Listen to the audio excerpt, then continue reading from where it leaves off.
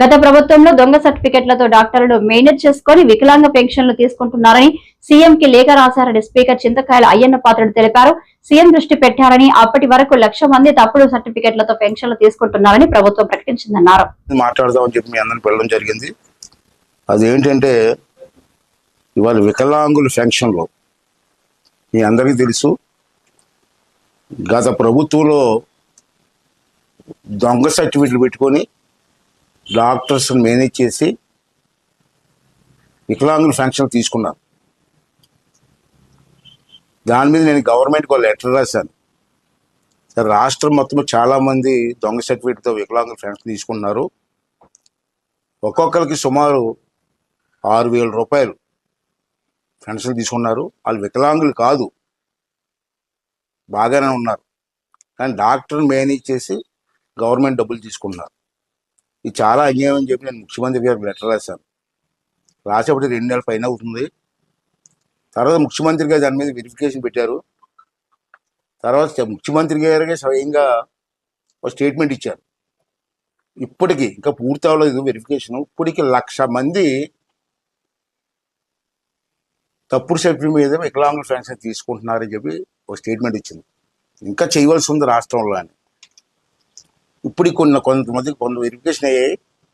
దాని మీద నిన్న గవర్నమెంట్ ఒక నిర్ణయం తీసుకున్నారు. ఆ నిర్ణయం ప్రకారంగా ఈ డూప్లికేట్ వికలాంగులు ఎవరైతే ఉన్నారో, డూప్లికేట్ అంటే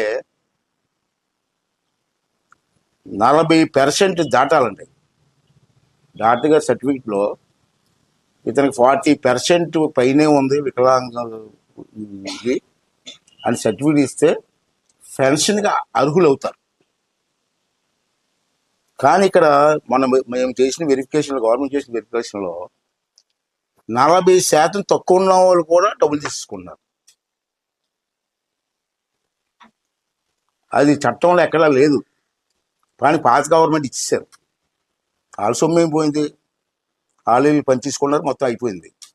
ఇప్పుడు మన ప్రభుత్వం వచ్చిన తర్వాత ఇది చాలా అన్యాయం. నిజంగా వికలాంగులకు ఇస్తే మంచిదే. వికలాంగులు కాని వాళ్ళు కూడా దొంగ సర్టిఫికెట్లు పెట్టుకొని ఇంత డబ్బు తీసుకుంటున్నారు.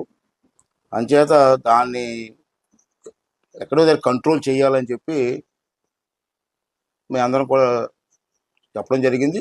దాని గవర్నమెంట్ కూడా ఒప్పుకోవడం జరిగింది. దాని ప్రకారంగా రాష్ట్రం అంతా మీకు వస్తుంది అనుకోండి. నేను ఇక్కడ లోకల్ ఎమ్మెల్యేగా ఉన్నాను కాబట్టి అనకాపల్లి జిల్లాలో ఇటువంటివన్నీ కలిసి 4,148 మంది వికలాంగులు మరియు ఆరోగ్య పెన్షన్లు రీవెరిఫికేషన్ జరిగాయి.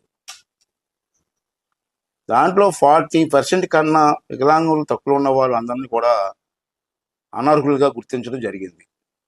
ఇప్పుడు అనకాపల్లి జిల్లాలో 4,148 మందిని అనర్హులుగా డిక్లేర్ చేయడం జరిగింది.